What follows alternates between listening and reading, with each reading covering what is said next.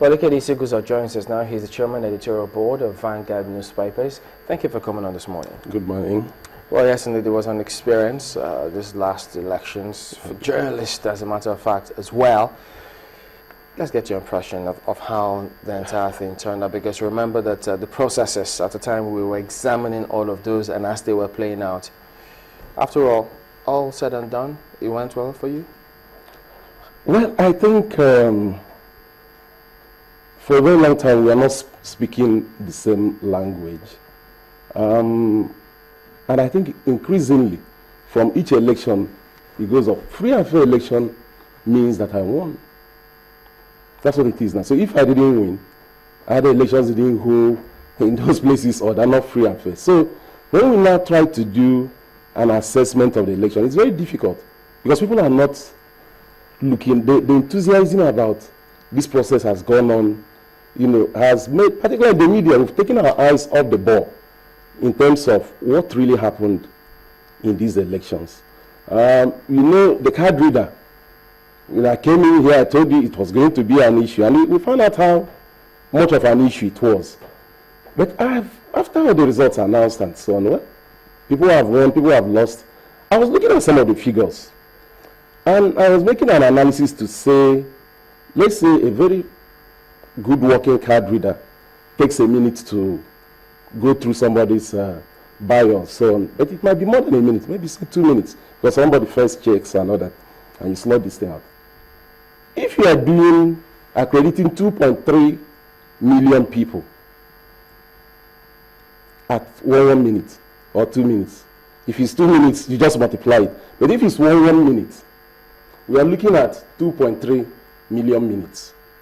Now, a place like Kano had 8,074 polling units. So that's also the number of card readers. If you go on and divide that, you get for each polling booth about 292 people. So accreditation alone would have taken, if it's 1 minute, 292 minutes. If it's 2 minutes, 584 minutes. And 584 minutes is 9 hours. You understand that? It's 9 hours. Why am I saying all this? Enthusiasm, because there must be some point that we interrogate what INEC did. People are awarding marks. Why were we awarding marks?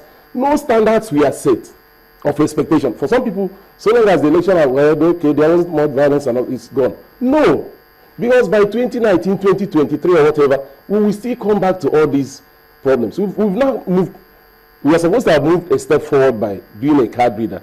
But all the things around the card reader, people are not talking about them. People are not talking about underage voting. Like someone said, no, there is not. They are malnourished people. Someone told me it's malnourished people. They are not underage. What is the voting age in this country? About those hours that you had, isn't it, because remember, the announcement also came that where the card readers failed, resort to manual accreditation. Okay. So manual accreditation wouldn't have been a lot faster, thereby reducing the 23 hours which you talked about? It could have been a lot faster, but you should also factor in when those announcements started coming up. It didn't come up until the president got in there, and it didn't work.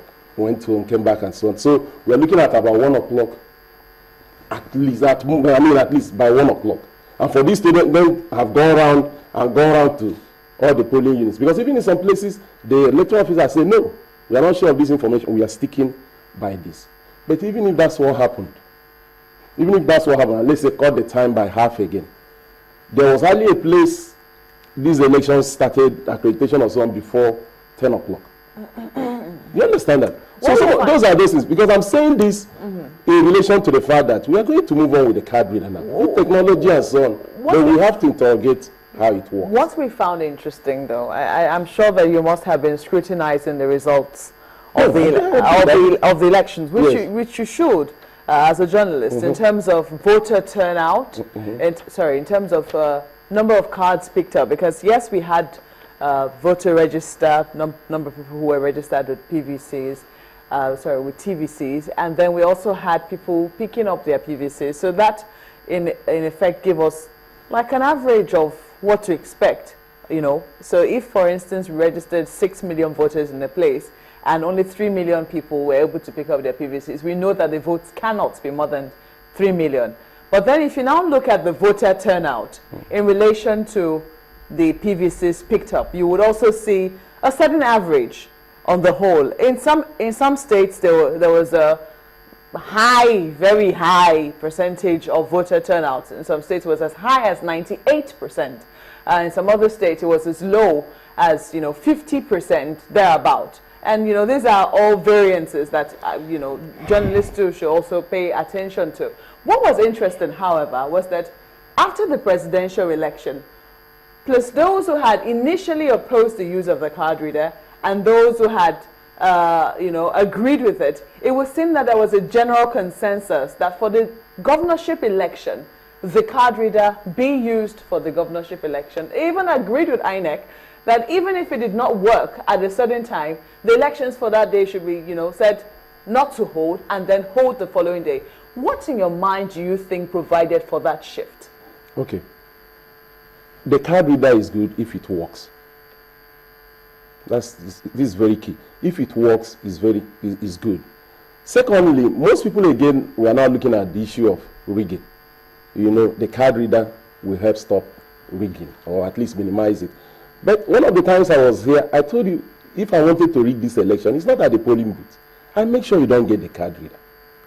And that's what has happened. We still have card readers piled up in various local government areas, or maybe in INEC office.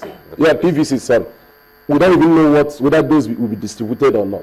So the issue of people insisting on that, it provided some sense of feeling that it might not, there might not be rigging. But there are other ways of rigging too. There are security people working for certain people. There are places where a lot of intimidation was used to ensure that voter turnout was low. If it was somewhere, someone who felt he was stronger, in terms of force, but he knew he couldn't win there. So all those things were used. Or materials not arriving, or we are snatched, or destroyed. Those things were all going on. But the point I want to make is that we've emphasized the elections to the point that there are no longer just processes for, they should actually be processes for evaluating performance of people in office in case they are seeking re-election, or deciding who goes in, because we've examined the characters of these people and we expect they can provide some service. But it has now become an enterprise for people, and increasingly when you use force, it becomes really organized crime. That's what is going on, organized crime.